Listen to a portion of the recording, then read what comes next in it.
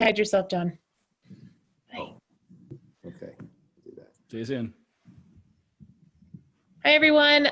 Thank you so much for joining us. We're going to get started here pretty quickly.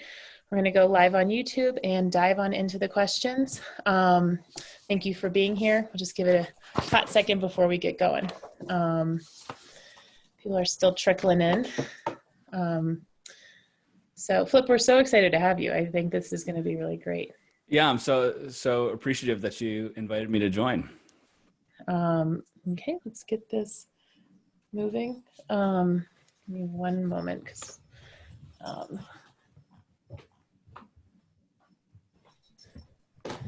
okay, sorry about that. So we'll hop on our YouTube page and get going live there and hit this. So Flip, thank you so much for joining us. I think I'll just kind of hand it over to you to give us a little background about how you know PredictIt, how you got involved, and we'll kind of ask a little bit about some of the great stuff you're doing now. Sure. I'll go ahead and cut and paste this stuff if you guys didn't see it earlier. This is all of, oh, that's one question, never mind. That's one of the questions we'll end up asking. Okay, well, I'll cut and paste that as you're talking. So just give us a little background about who you are, how you got involved with all of us. Crazy. Sure.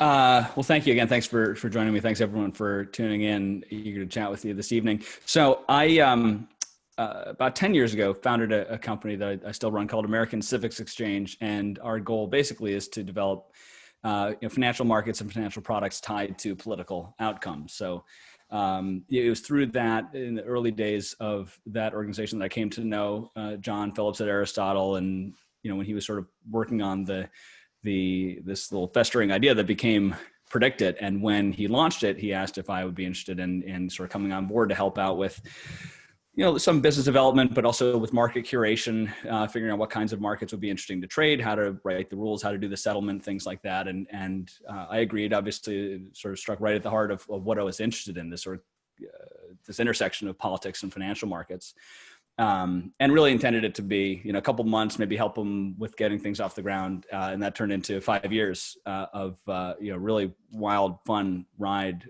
with the whole PredictIt team, of growing this from relatively humble beginnings to what everyone who's involved in the community knows it as now, with so many traders, such a vibrant community now of people interacting with these real world and such weighty, political and societal outcomes in what, at the end of the day becomes more of a game, albeit a financially denominated game, but one that has these sort of real world impacts of hopefully throwing off better forecasts, better predictions about the future that impacts so many people, and really driving so much civic engagement, even really as a byproduct from having these tens of thousands of traders actively researching, watching committee hearings, pouring through, legislative markups and things. So it's really been an honor to be a part of this journey.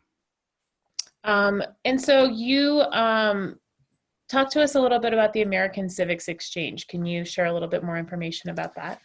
Sure. So again, our sort of overarching goal is to bring politics as a category of financial product into the mainstream.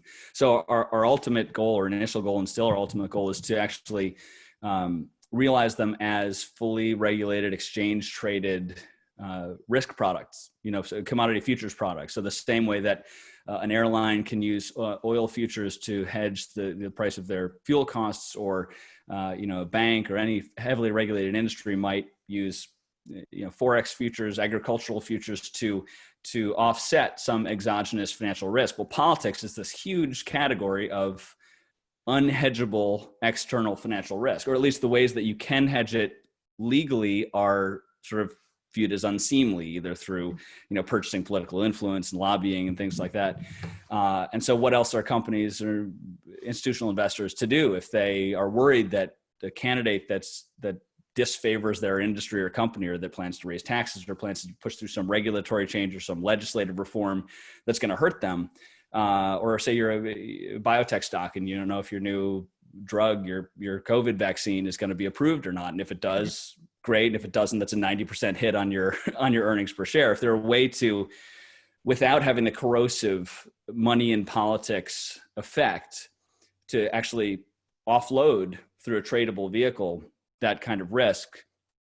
It seems like that's what futures markets are made for. So it's always struck me as odd that there's not a solution for political risk in our otherwise, at this point, pretty robust and expansive complex of regulated futures products in the US. So again, that was sort of our underpinning why we got interested in this in the first place, but just from a personal perspective, again, kind of my sort of twin professional and personal interests being financial market, financial innovation, and politics. This is sort of the natural intersection. That's why everything that's going on at PredictIt is, of such enduring interest for me. Well, and I think it's fascinating to think of how so much of this is still in its infancy, right? I mean, it's sort of Wild West. It gives you a lot of freedom, but also there are a lot of hoops you have to jump through to get to where you want to go.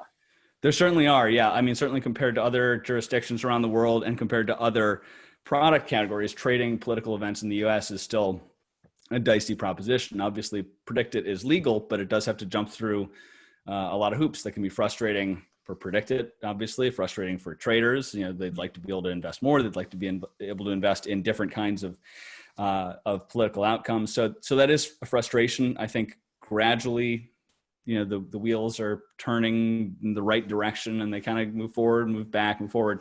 I think eventually we'll see a lot more innovation, legal innovation around these categories. In part, if only because the rise of cryptocurrency and blockchain technology has pushed a lot of this into that kind of black or at least gray market area, where it's not necessarily legal, but when it's on the blockchain, there's no door for the guys in the windbreakers to kick down and shut the operation down. So if US regulators are going to want to bring this stuff more into the light of day, more under their regulatory purview, they're going to have to find a way to fold some of this in and sort of make peace with the fact that this is going to become a more mainstream area. So I agree with you, the general sense that it's still in its infancy. Or maybe it's toddlerhood. I mean, it's not right out of the cradle, but it's still got a lot of growing up to do, which is exciting. So talk to us a little bit about what you guys are doing at Old Bull TV. And I'll pull this up so you guys can see the website and everything. So this is a content network that we kicked off in, I want to say January, February this year. So kind of right pre-lockdown. The timing actually worked well from that perspective in terms of getting guests and things that we might not have otherwise been able to get in late March, I think early April. So early days of lockdown, we were able to put together a policy or political prediction conference where we had a ton of panelists and we were kind of just producing it from my desktop computer, but we had folks from literally all over the world and a whole day's worth of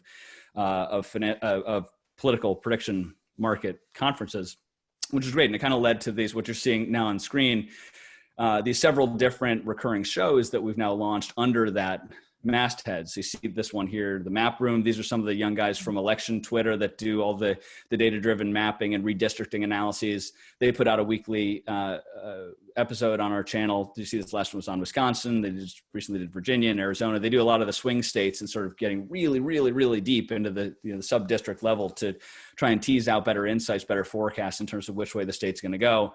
Another one here, Election Whisperers. That's Rachel Bidikofer. Our most recent episode there was with Beto O'Rourke. She was down in Austin filming a series of 4 or 5 episodes. We'll be rolling out the next one a little bit later this week.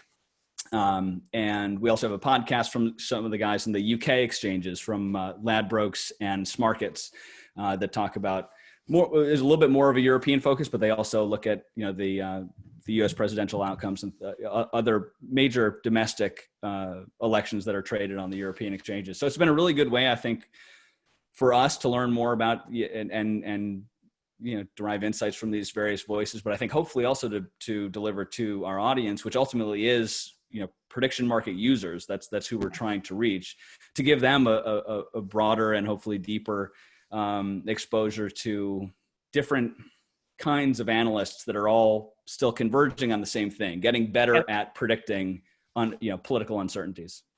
So to that point, what do you make of the larger sort of media that's coming up around some of these prediction markets? Obviously, we're doing this. It's trying to speak a language to our traders. It's trying to give them little insight political nuggets that they can use to trade on and give them information in like I said, the language that they can use. What do you make of these little, you said cottage industry, I think when we talked earlier, and it's a really good way of putting it. What do you make of that, and where do you see this going? Yeah, it's been so much fun to watch. This year it's really kind of grown up in a way that it hasn't before. There's been blogs and some podcasts and things focused on this, but from hopefully Old Bull were a part of that tapestry, but the guys at Star Spangled Gamblers, that the political trade, part of Luckbox and Tasty Trade, even the guys at Hard Factor under the Barstool banner, and several others. And obviously you've got the not prediction market focused, but the more kind of mainstream, the Nate Silvers and Nate Cohns and Elliot Morrises of the world that are not, and obviously they're not doing this from a prediction market standpoint. In fact, they sort of actively disparage the prediction markets and their traders at every chance they can. They love us. But it's been really interesting to have a lot of new voices that are looking at this from the perspective that the traders are looking at it from. So it's less of, how wonky can we get in terms of forecasting the sensitivities around the electoral outcome, based on certain fundamentals or polling metrics.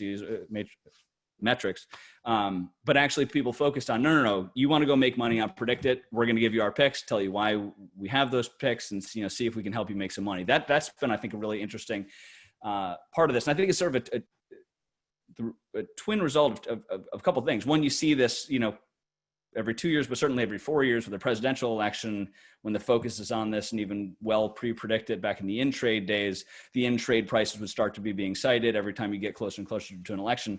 But really during the Trump years, and especially with PredictIt in the mix, and having had, so many Trump-centric uncertainties with such an unprecedentedly uncertain commander-in-chief, that, is he going to move the embassy in Israel? Is he going to tweet 100 times today? Is he, is his polling going to be up 10 points, down points, 10 points next week? With such an unpredictable political landscape, despite the agita that can, inspire in a nation, it's good for business if you're a purveyor of political uncertainty or a trader of political uncertainty. And if you're a trader who's managed to develop a little bit of a niche and being able to either forecast which way an uncertain outcome is going to go, or to forecast which way traders are going to react to a known or expected outcome. So, we know Trump's going to have a press conference about the convalescent plasma tonight.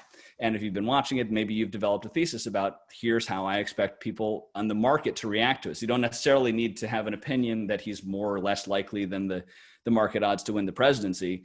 But if you can foresee a tick up from 45 to 48, then you can be agnostic about whether or not Trump's going to be more or less likely than the consensus to win. All you need to do is sort of ride those swings. So you have different traders playing different ways, develop a thesis about how likely an outcome is, or develop a thesis kind of more of a behavioral finance, a market psychology thesis about how is the market going to react in the interim, to these swings. So it's all part of what makes the market. It's all part of what makes it, interesting, just as a spectator sport. Yeah. To watch the price action volume day to day. Well, and to that point about being agnostic, we talk a little bit about this, certainly, within the team, about how this can sort of dial back the temperature with politics, right? Everything's so heightened. Everything is so polarized right now. Right. You think, or maybe we can talk from your own personal experience, has trading given you a different perspective on politics? And do you think you're less reactive perhaps to some of the things that maybe you were before? I don't know if you were reactive before, but how does that fit into your own? Yeah, when money is involved, it very quickly crystallizes your thinking, right? And it helps you weed out, not totally, but to an extent you probably can't do without that financial incentive, helps you weed out your biases and preconceptions and preferences. And if it doesn't, you quickly go broke, and the price signal coming from your bias is no longer on the site. So that's part of what is sort of good and pure and useful about a market mechanism, at least in its sort of ideal iteration. For me personally, it's hard to say. Certainly I've had humbling moments when I've lost money on something I've been very confident in. So I think everyone's probably had those stings. By the same token, you can get overconfident if you get lucky on something and feel that, gosh, I'm just a whiz at predicting whatever it is, the polling or the tweets or Senate primaries, whatever it might be. So it cuts both ways.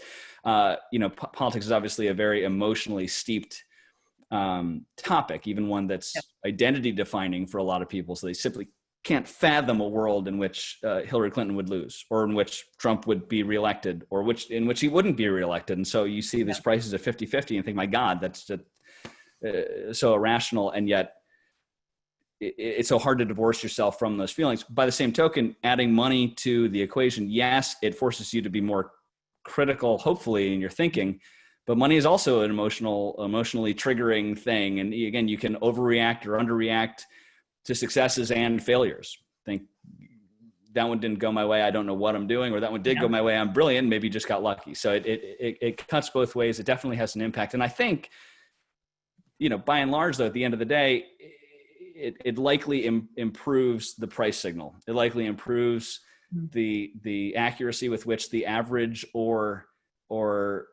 relatively sophisticated forecaster can get in terms of their own thinking and their own forecasting. When they're forced to actually think about it, you can say, 50-50, that's obviously too low, that's obviously too high.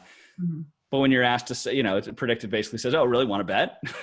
and when it comes down to it, maybe I'm not that, that confident after all. So I think ultimately it's a good force in terms of improving the civic engagement, improving people's own personal forecasting, their own critical thinking about their biases, and of course, in the price discovery, which at the end of the day is sort of the value we hope that emanates from the market. Is it throwing off useful forecasts, useful insights, even if it's not into the odds of an outcome, useful insights into what the real conventional wisdom is? Because you can watch an MSNBC panel and then a Fox News panel and say, okay, I'll sort of meet the midpoint. That's what the consensus is, but it's not. It's all at the end of the day still manufactured. If you look at the price signal on PredictIt, it might not be correct, but it should at least be a better encapsulation of what the conventional wisdom really does think the odds are. Of course, there are still biases. There are still, structural imperfections due to pricing and fee structures and things like that. But it still should have some unique value as an otherwise unavailable source of insight into what the market, what the public, the crowd really thinks of some political uncertainty.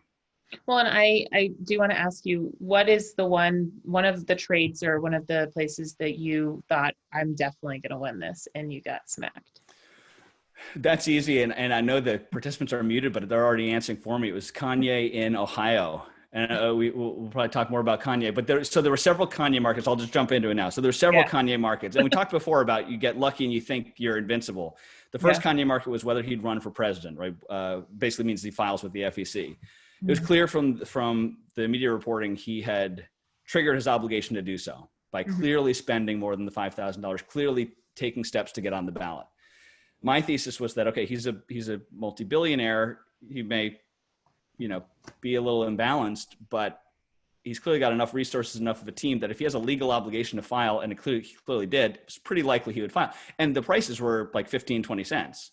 So I was saying maybe he doesn't, but clearly undervalued. And within a couple of days he filed and it went to 100. So it was a brilliant win. The next one was Ohio. And so PredictIt had two sets of rules on the qualify for the ballot markets on Kanye. The first one was Ohio, will he qualify for the ballot? But the rules, and I'm not faulting the rules making committee, which I was part of for 5 years, and I know very well the pitfalls, and it's a grueling and thankless process. But the rules had to say that no, it's not just if he qualifies, it's whether he gets a filing accepted by the Secretary of State or Election Commission.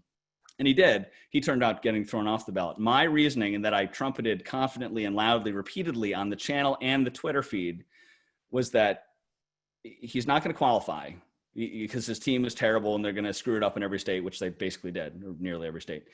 And that the title and the rules were in conflict, which they aren't frequently, but they occasionally are. They sometimes have to be. But that when there's a high-profile market and the rules and the title are in conflict, there's usually a clarifying comment unless the settlement committee has found a way to harmonize them and resolve them the same way. So I was saying very confident he won't make it and therefore resolved no. As soon as he filed, it resolved yes. A lot of egg on my face. I was super confident, was absolutely shocked by the settlement. In any event, The next two Kanye markets worked out fine. Virginia and Arizona was pouring through all the signature pages, and there were thousands and thousands and thousands of signatures, and some of them were really funny. We posted a lot of them on the on the Twitter feed. You know, literally pages of like 10 signatures, and all of them were scratched out. Not just scratched out, but like scratched out like when you don't want your teacher or parents to see what you'd written on something, so you just scratch out like over and over and over and over and over and over. So, you know, I don't know what craziness was going on underneath those scratch out lines, but thousands and thousands of signatures like that. And it became kind of comical. And I don't think we've heard the last of it either in terms of the fallout for his petitioning team. It's not to say there's any fraudulent intent on the part of Mr. West, but the firm or firms that he hired to do this have really checkered history. And it was a real just nationwide follies of errors and absolute deceit and fraudulent, not just petitioning, but fraudulent. We're getting too deep in the weeds on Kanye, but the last thing I'll say is the fraudulent conscription of his actual electors in Virginia. So there was 11 or 13 people that are like the people to vote for you in the electoral college, your core team. And he's exposed in some states of having, Republican operatives as his electors. So it seems like by the time they got to Virginia, they said, oh, we can't do that. So they just went into, shopping center parking lots and told people, you're just signing here to increase minority rights in the state or something like that. And they were signing on as Kanye's electors, and they weren't present when their things were notarized and things. So he got kicked off way off the ballot in Virginia, still fighting that legal fight. But that's kind of the interesting little electoral backwaters sometimes that I've found, at least for me, and a lot of people have different trading styles, can be a place where you can find some alpha, even if you have a really embarrassing wrong call at times. If you can find ones like those that aren't as exhaustively researched and reported on and opined on in the mainstream media, and you can talk to the reporters on the ground, you can talk to the clerks of the court, you can talk to the electors themselves, which we did in Virginia, and actually get the information, you can actually generate a real advantage in the market there. And, while we traded a little bit in that market, we generally were putting out the information before doing any of the trading, just trying to bring this to the traders by saying, look, there's good information out here. There's actionable intelligence here on the ground on these, again, a little bit backwatery markets. There's still enough volume to go make all your trades. But I think that's often the sweet spot, is kind of right underneath those headline, most high profile markets where there's an opportunity, if you put in a little bit of legwork, to get an edge on the market and actually make some money. Well, and we're excited to have Liz Landers from Vice News. We're going to start doing some weekly hits with her for some of that actionable intelligence. She's actually been out on the ground, which is, I think, difficult for some reporters right now. So we'll start putting those up on Twitter, and I'm really excited to have that happen with her. Great. And I think that actionable intelligence is such an important thing, and it brings in sort of that amateur political nerd that if you can dig in on that stuff, you can really find some interest. So I work here. I've never traded. So, and that's a rule. Obviously, it would make very little sense for me to be doing that. I'm not a trader. I am a political junkie. What advice would you have for someone like me who really knows politics? I mean, right. I probably more than the average person, but I'm not this, awesome, political watcher. What advice would you have for someone like me who wanted to start trading? Yeah, I mean, that's I think probably a pretty common sort of biography of a new predicted trader, is someone with a deep interest in politics, maybe has even worked in politics, hasn't maybe done a lot of trading, might not be familiar with prediction markets. But I would advise you want to consume as much content as you can. Obviously, your first step is to subscribe to Old Bull TV and follow Old Bull TV on Twitter. But all these guys, and I mentioned a few of them before, but Star Spangled Gamblers and The Political Trade and Hard Factor and all these guys, that they might not always be right. They might not even be right more than they're wrong. But you want to consume as much of that content as you get to get a sense of how people are thinking about going from a political thesis to a tradable idea, right? So I think that Biden has unheralded support in Arizona because of some demographic change or whatever it is that I sort of am privy to because I'm a political junkie, or I used to work for someone in whatever office. Not that it's insider knowledge, but it's maybe not sufficiently distilled in the marketplace. So that's sort of your general political thesis, that Biden's chances in Arizona are underappreciated. Going from that to how do I go and trade that? I think that's where you want to go. Follow a lot of these folks that are actually watching these markets day to day. You can look at the message boards on PredictIt, but you don't want to go by the message boards on PredictIt. In fact, if anything, they're kind of a counter indicator. People obviously don't always want to steer you in the right direction on those message boards, but find the folks on Twitter that follow this and chat about this stuff. Find the YouTube channels, the podcasts, and you want to, as we were talking about before, you want to divorce yourself as fully as possible from those political biases, because everyone has them. Yeah. And political junkies or political professionals probably more so have them. That's why they're involved in politics a lot of the time, is because they have some political passion. Maybe it's in, they're, an issue specific advocate, or they worked for a politician of one stripe or the other. Mm-hmm. So recognize that it's hard to fully divorce yourself from them. And then I think find markets. We talked a little bit about, do you trade the event or do you trade the market? Do you trade the traders, right? Do you try to find something that's undervalued given its inherent likelihood, its intrinsic value of more likely than the odds are suggesting to pan out? Or do you trade the swings? If you can find markets where you have those multiple ways to win, right? Mm-hmm. So I see an event is trading at 20 and I don't think it's necessarily going to happen, but I think it's got more than a 20% chance, maybe a 40% chance that that's undervalued. I also see, a week out and 2 weeks out, there's going to be a catalyst. There's going to be this news drop. There's going to be a new poll that's going to kind of shake up the odds a little bit. And can it go that much lower than 20? Well, mm-hmm. maybe, but it seems more likely if there's volatility, it would go up. So get into positions like that where you've got multiple ways to win. You can either ride the swings, or you can say, well, you know what, even if it pushes down a little bit, I'm comfortable holding it to settlement because I think there is this intrinsic fundamental greater than 20% chance of it happening. So those would be, I think, my suggestions. Try and understand the markets, watch the markets before you jump in, consume as much content as you can, and find those multiple paths to victory. So what do you think the overall, well, I guess we've already talked about that. Let's talk about the overseas markets. Mm-hmm.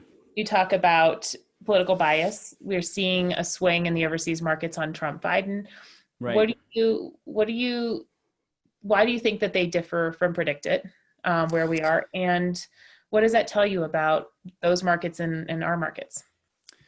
Yeah, I don't have a great answer to this. It's a phenomenon we've been watching, been tweeting about. In fact, just yesterday or the day before, we posted a chart showing the last 30 days, the difference in the Biden-Trump spread on the overseas markets, which you can see in Real Clear Politics as a sort of overseas betting average.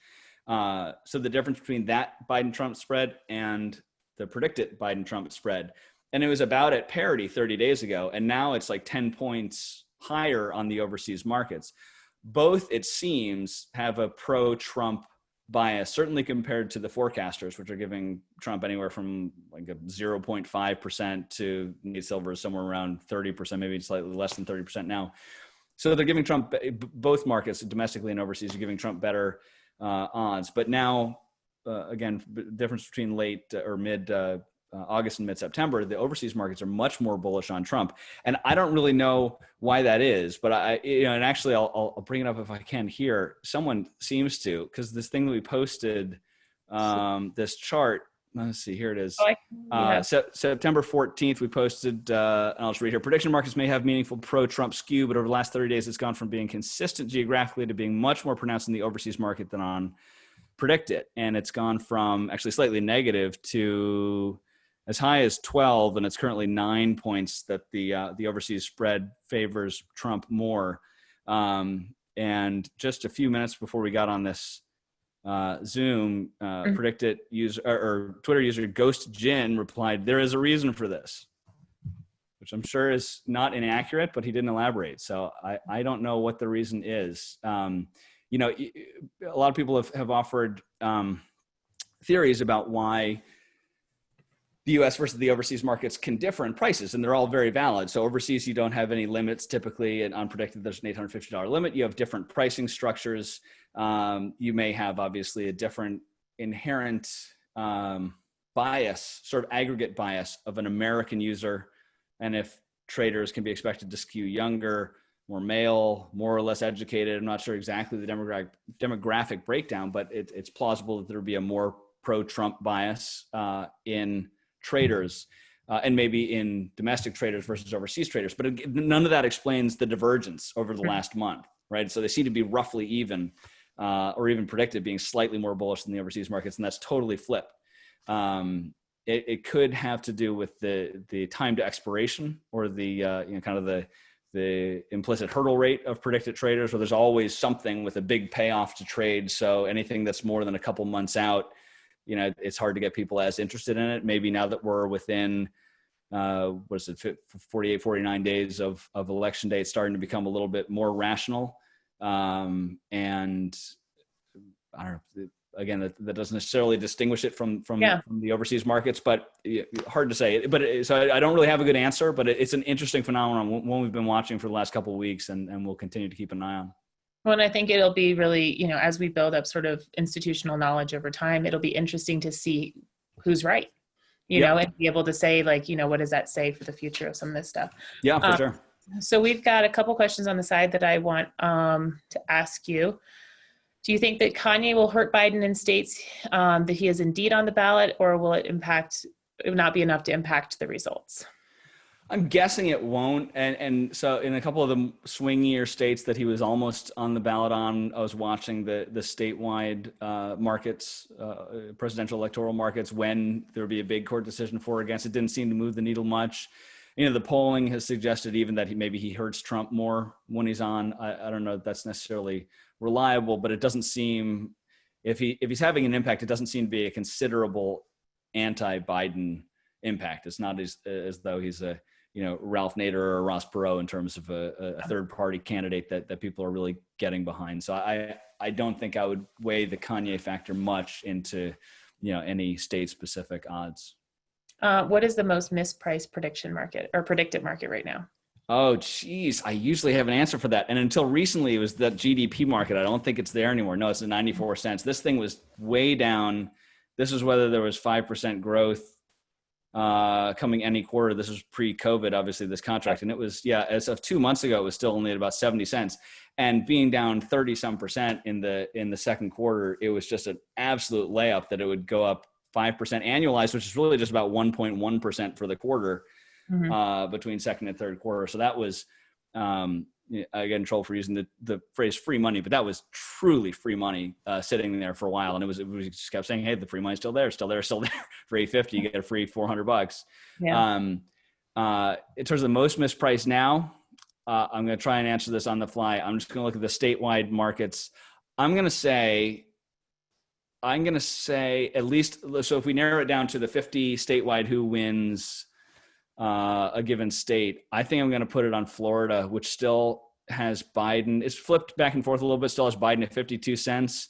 I think of any of the swing states, that's going to be the easiest for Trump to get, if only because, and this is actually one of our lost episodes with the chair of the Florida GOP, that the Zoom was not recording the entire time. It was a fascinating, revealing episode. And their vote by mail turnout operation, I mean, they have been unwittingly preparing for COVID for 2020 for decades in Florida. And with the increase in vote by mail, I think that turnout operation, which I would presume a lot of the other state GOPs are doing, daily briefings with the Florida operation. They know how to do this better than any other statewide party.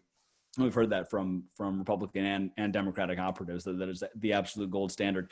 I don't think that necessarily puts it in Trump's column as a lock by any means, but if you can get that for 48 cents, that seems like a pretty good risk-adjusted return, at least, again, among this slightly narrower field of just the 50 presidential state outcomes.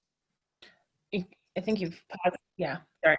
Well, and I think to your point about these voter laws and different voting, early voting, if you really want to geek out in amateur civics, I think state by state, that is a way that you can kind of dig in on that. You have somebody who said, will you run again? So you're a former political candidate, maybe a future one.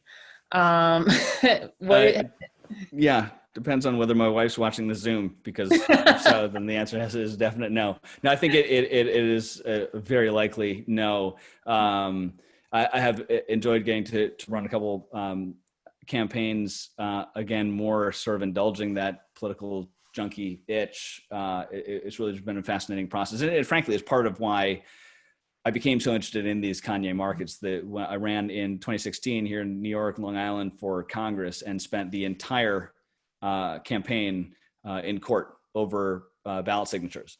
And it's a very, very long saga that went to the federal appellate, the second district.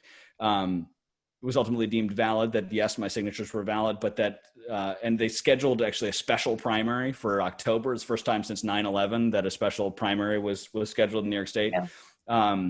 And then the appellate court did away with it, said, no, too much time's gone by. We can't do this so close to the election. And then the other guy wanted to move the general election into 2017, into January, so that he wouldn't have to be on the ballot with Trump because he was expecting that Trump would lose. In any event, a very long, terrible, very expensive saga, but that still was sort of perversely enjoyable all along the way because there's all this minutia of ballot access and dealing with First and 14th Amendment rights and learning all about, how to litigate these things in federal court. So an interesting process, a rewarding process, one I'm glad I did, but probably not one I would rush back to. One of my first gigs was as an intern at CNN, and they thought way back when that early voting was the most boring thing on the planet, and so they gave it to me to research, and I did nice. a series of articles on it, and now I'm like, this is the best thing I could have done. Yeah, and that minutia gets very intoxicating. Absolutely, it does. It does if you have if you have the stomach for it, if you have the interest for it, if you have the head for it, and certainly if you're a predicted trader, then if you have the opportunity to turn that insight, that expertise into some cash, then, so much the better. Well, and to that point, have you been able to turn that expertise into cash? Has it made you a better trader?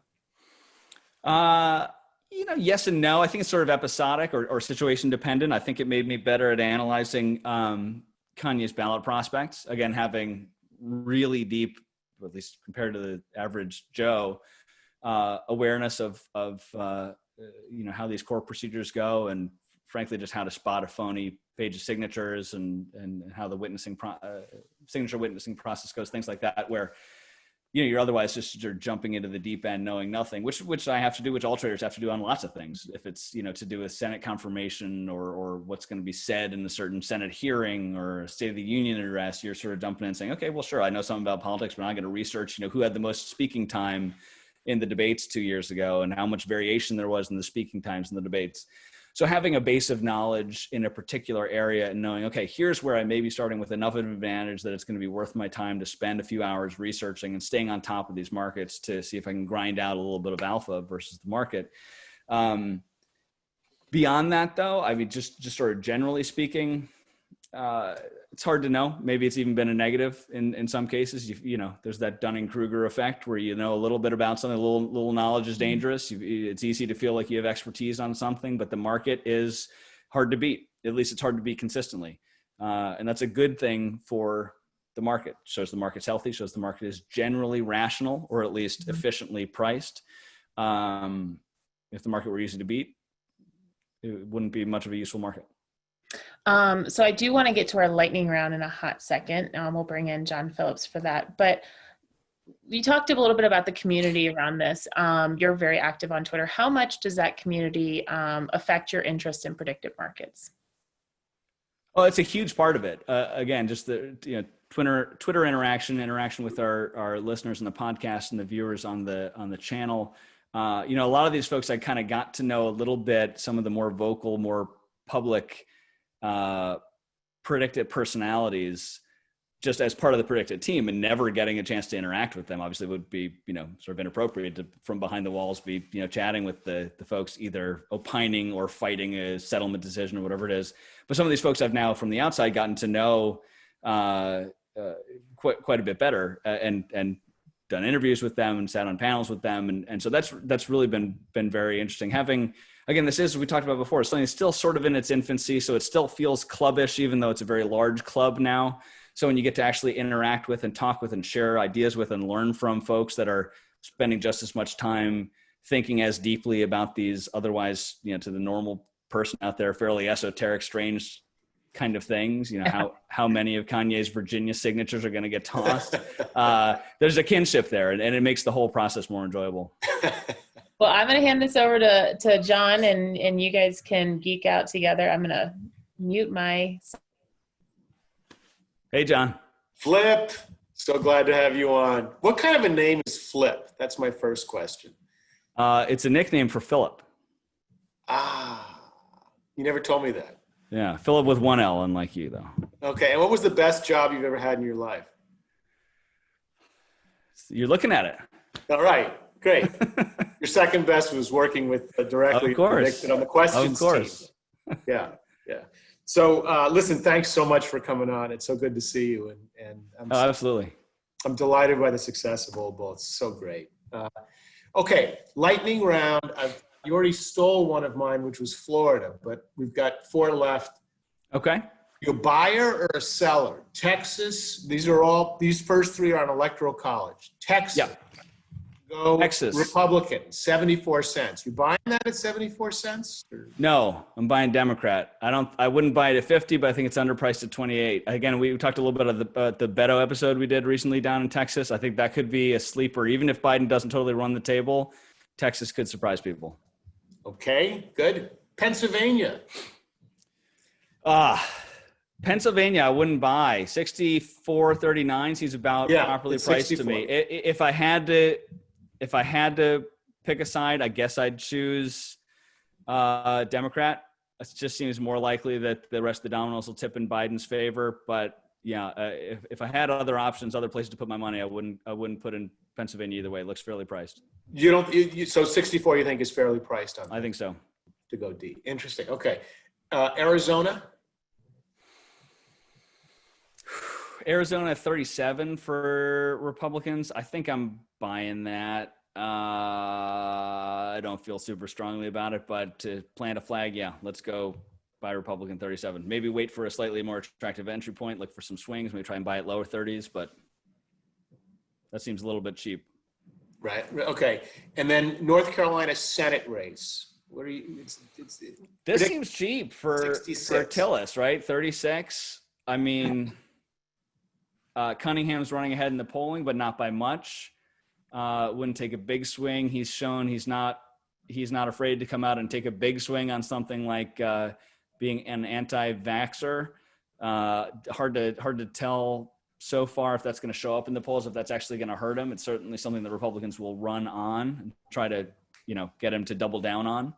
Right. Then again, stumbles at HHS, CDC, and from Trump's own mouth and Twitter feed can potentially validate, comments like those. So hard to say, but this one's volatile. So with 2-to-1 odds, I think, again, Allie and I were talking about, find multiple ways to win. Is it worth more than 36 intrinsically? I think probably. And could you get a wild print suddenly after these anti-vaccine comments that show Tillis jumping up a few points? Then even if you get skittish, maybe you can get out at 40 or 50. So yeah, I'd go GOP on this one. So, okay, last question, and this is not tied to any one market, but to the markets in general. What sign do you look for that the Biden campaign is coming off the rails? What do you look to spot as a trouble sign?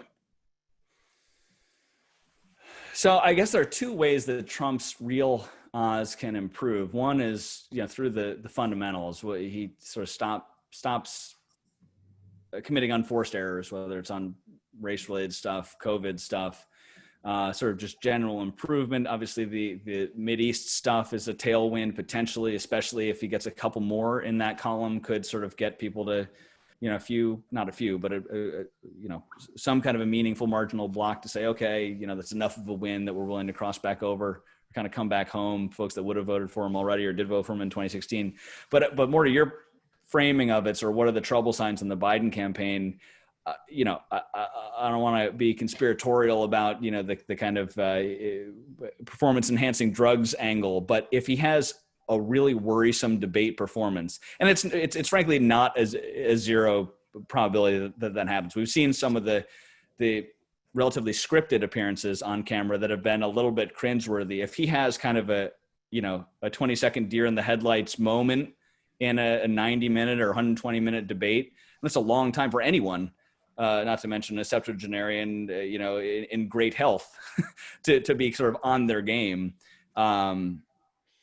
It could feed enough of the narrative that could start to make more of an impact. I don't know that totally turns the tables, but if I had a big position on Biden to win, that's the event I would be setting a whole bunch of, calendar reminders like, oh, it's debate night. get ready to potentially sell, or at least, get out of the position and try and get back in if there is sort of a, big volatile swing during those moments. Because I think, they've been very careful. They've been very rehearsed, which makes sense. If you're ahead, you don't want to do anything to upset the apple cart. You don't need to take big swings.